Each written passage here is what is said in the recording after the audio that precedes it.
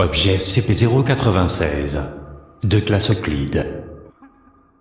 Procédure de confinement spéciale. SCP-096 doit être maintenu dans sa cellule, un cube en acier hermétique de 5 mètres par 5 mètres par 5 mètres, en permanence. Des vérifications hebdomadaires, ayant pour but de détecter d'éventuelles fissures ou trous sont obligatoires. Aucun système de vidéosurveillance ou appareil optique d'aucune sorte ne sont autorisés à l'intérieur de la cellule de SCP-096. Le personnel de sécurité utilisera des capteurs de pression préalablement installés ainsi que des détecteurs laser pour s'assurer de la présence de SCP-096 dans sa cellule. Toutes les photos, vidéos ou enregistrements présentant des similarités avec SCP-096 sont strictement interdits sans l'accord du docteur de l'O5B. Description: SCP-096 est une créature humanoïde mesurant approximativement 2,38 m de haut. Le sujet ne présente qu'une très faible masse musculaire et les analyses préliminaires du corps suggèrent une légère malnutrition. Les bras, chacun d'une longueur approximative de 1,5 m, sont largement disproportionnés par rapport au reste du corps du sujet. La majeure partie de la peau est caractérisée par une absence de pigmentation et il n'y a aucun signe de pilosité.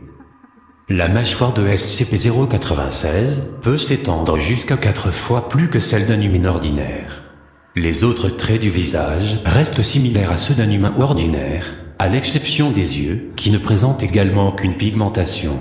À ce jour, il n'a pas été déterminé si oui ou non SCP-096 est aveugle. Il ne montre aucun signe de fonction cérébrale développée et n'est pas considéré comme étant doté d'une conscience. SCP-096 est normalement extrêmement docile, les capteurs de pression à l'intérieur de sa cellule montrant qu'il passe le plus clair de son temps aéré près du muret. Cependant, lorsque quelqu'un regarde le visage de SCP-096, que ce soit directement, via enregistrement vidéo ou même sur une photo, il rentrera dans un état de stress émotionnel considérable.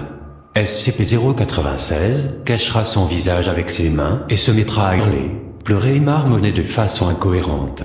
Approximativement 1 à 2 minutes après la première observation, SCP-096 commencera à courir vers la personne ayant vu son visage, qui sera à partir de maintenant désigné SCP-096-1. Les vitesses enregistrées varient entre 35 et z km/h et semblent dépendre de la distance à laquelle se trouve SCP-096-1. À l'heure actuelle, aucun matériau ou méthode connue ne peut entraver la progression de SCP-096. La position actuelle de SCP-096-1 ne semble pas affecter la réaction de SCP-096. Il semble avoir un sens inné de la localisation de SCP-096-1. Note: cette réaction ne se produit pas dans le cas de l'observation d'une représentation artistique. Une fois qu'il aura atteint l'emplacement de SCP-096-1, SCP-096 procédera à l'exécution et à données supprimées de ce dernier. Dans 100% des cas, aucune trace de SCP-096-1 n'a pu être retrouvée. SCP-096 se mettra assis pendant plusieurs minutes avant de retrouver son calme et devenir à nouveau docile. Il essayera ensuite de retourner à son habitat naturel, données censurées.